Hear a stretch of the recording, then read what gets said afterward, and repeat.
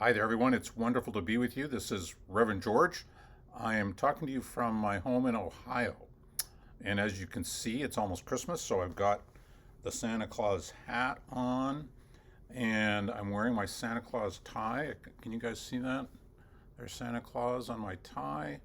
Then farther down on the tie, um, there's a reindeer, I think. Yeah, that's Rudolph. He's on my tie too. Now I was looking, I couldn't find all of the other reindeer. She's not on my tie. Anyway, today I want to talk to you guys about the Jesus house. And this is something that we've had in our family for a long, long time. And it's right here beside me. So I'm going to turn the camera so you all can see it.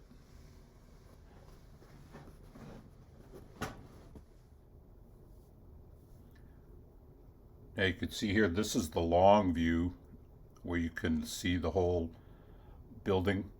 Um, and it is a model of a barn. We call it the Jesus house, but it's actually, as I said, the Jesus barn.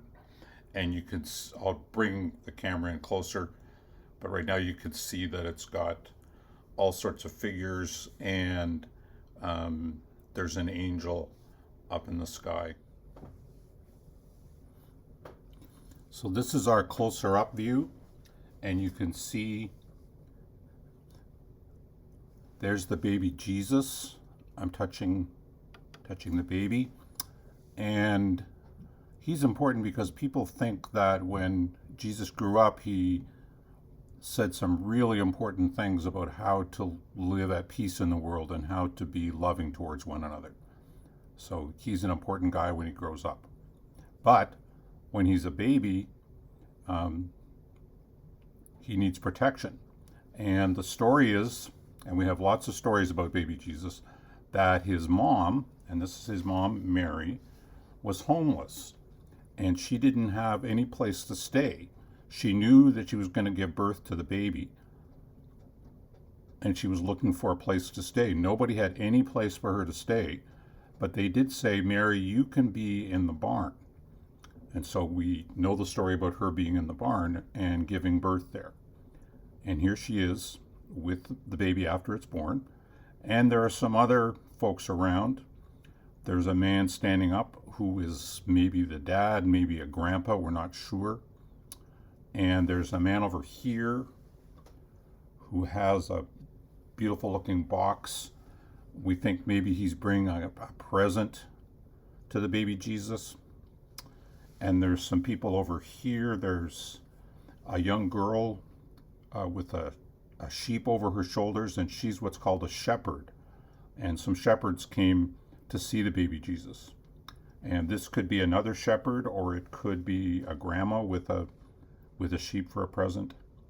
Anyway, as you can see, baby Jesus doesn't have very many clothes, and the story goes that because it was winter and this was just a barn, he was cold. And so the animals all thought, well, let's go and stand beside the baby Jesus, and that way he will be warm. Because I don't know if you know this, but if you're in a cold barn and all the animals come in, just the heat of their bodies warms everything up. And so the animals decided that they were going to go and be with the baby Jesus and keep him warm.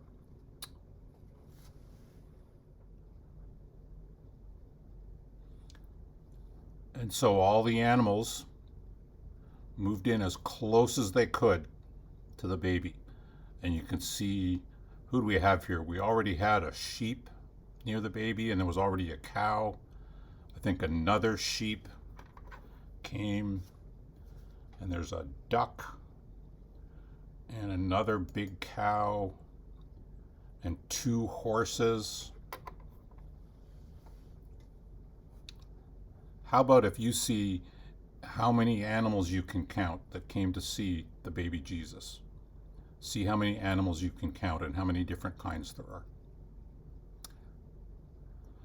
So because the animals were standing close and sitting close, the baby Jesus was warm and could go to sleep without worrying, and his mom was not worried either. And so my wish for you is that each of you will have people who take care of you and a warm place to sleep, that maybe somebody will think you're wonderful enough to bring you some presents, however old or young you are, and that you might even have a friendly animal to come and sit near you while you sleep. That's my wish for you for this Christmas holiday and this winter holiday.